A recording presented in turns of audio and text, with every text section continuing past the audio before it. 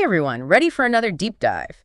Today we're taking a look at some really exciting news from NASA about the Roman Space Telescope. We're talking planet hunting, like next level planet hunting that could even lead us to life beyond Earth. It really is something else, isn't it? This is going way beyond just trying to see little dots out there in space.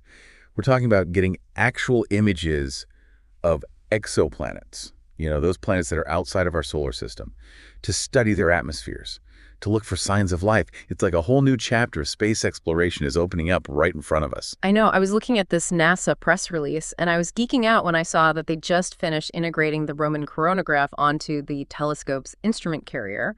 So what does that actually mean? Is that like putting the telescope together? It's a big deal. Think of the instrument carrier, like the backbone of the telescope. It's the structure that holds all of the telescope's instruments. So integrating the coronagraph is kind of like putting on a really powerful camera. But this camera is extra special because it can block out the light from a star. Yeah. So we can see the planets that are orbiting it. So it's like trying to see a firefly when it's right next to a spotlight. That's incredible. But the press release also calls the coronagraph a technology demonstration. So it's not just for taking pictures, right? You're right on the money. It does take pictures. Yeah. But it's also a test for future telescopes, even bigger ones.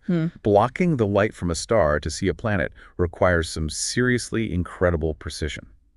So the Roman coronagraph is really pushing the limits of what we can do. It's going to help pave the way for even more discoveries. So it's like practicing all your moves before the big game. I like that.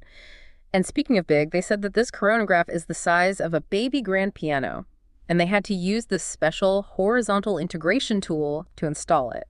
Sounds like a delicate process. Oh, absolutely. Can you imagine trying to move an instrument that big and having to make sure that everything lines up perfectly? That's what this tool does. The horizontal integration tool acts as a counterweight to carefully lower the coronagraph onto the instrument carrier. And then they put all these blanketing layers on it to protect it from the extreme temperatures in space and to block out any stray light. That's really amazing. The press release even has a quote from Liz Daly, the integration and test lead for the coronagraph. She said that there was a lot of sweat and tears that went into this. There was a ton of collaboration on this. I mean, we're talking teams from different NASA centers all working together, not to mention international partners. The European Space Agency, JAXA from Japan, it really has been a global effort to get to this point. It really makes you appreciate how many people are working to make this happen. The press release also mentions Gasia Bedrosian, who is the coronagraph integration and test lead at JPL. It really is incredible. And remember, the Roman telescope will have a view that's 100 times larger than the Hubble. Just imagine all the things we'll be able to see. It's not even just about finding planets. We're talking about finding habitable planets.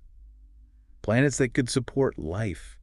Now that's what I'm talking about. That's when it gets really exciting. If we can see these planets directly, we might be able to look at their atmospheres to see if they have water or oxygen, the things that we need for life. That's the big goal.